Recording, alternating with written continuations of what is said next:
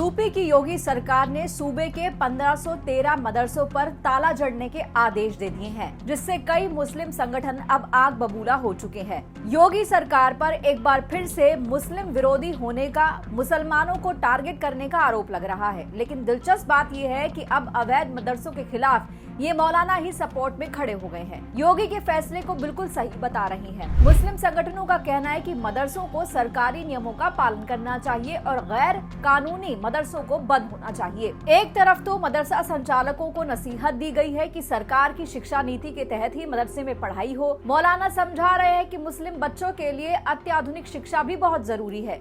लेकिन दूसरी तरफ फिरंगी महली ने मुस्लिम समुदाय को भड़काते हुए वक्फ संशोधन बिल के खिलाफ झंडा बुलंद दिया है। उनकी मुसलमानों से अपील है कि वक्फ बिल को एकजुट होकर के उसका विरोध करें। जहां बीजेपी सरकार का हमेशा से ये दावा रहा है कि मुसलमानों को टारगेट नहीं किया जा रहा बल्कि आधुनिक बनाने की मुहिम है, वैसे ही वक्फ बोर्ड संशोधन बिल सालों पुरानी खामियों को ठीक करने की पहल है। लेकिन इन दोनों ही फैसलों को मुस्लिम समुदाय के लोग धार्मिक दखलंदाजी समझ रहे हैं। अब ताला क्यों लग रहा है, ये भी आपको बता दें कि मदरसों पर ये ताले क्यों लगाए जा रहे हैं।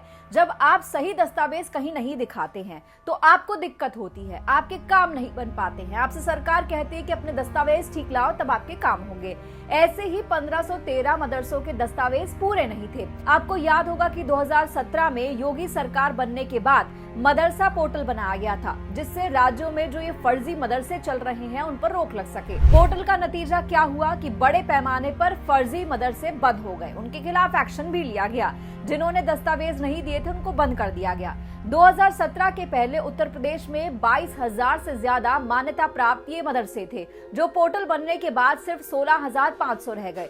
मदरसों में बच्चे नकल ना कर सके, इसलिए सब जगह वेब कैमरे लगा दिए गए। यूपी में गैर मान्यता प्राप्त मदरसों का सर्वे भी कराया गया था, जिसमें से मदरसों को मिलने वाले चंदे पर भी सवाल किए गए थे कि पैसा कहां से आ रहा है, क्यों आ रहा है, कौन दे रहा है। सरकार ने मदरसों को मिलने वाले चंदे की एसआईटी जांच के आदेश दिए थे। एसआईटी को पता करना था कि इन मदरसों को पैसा कहां से मिल रहा है, टीचर्स की सैलरी कैसे निकल रही है, हॉस्टल में जो बच्चों पर पैसा खर्च हो रहा है वो कैसे हो रहा है, मदरसे की बिल्डिंग बनाने के लिए फंड कहां से आ रहा है, मदरसों में क्या पढ़ाया जा रहा है, कैसे पढ़ाया जा रहा है। अब सख्ती होने के बाद सारी तस्वीर सामने आ गई है।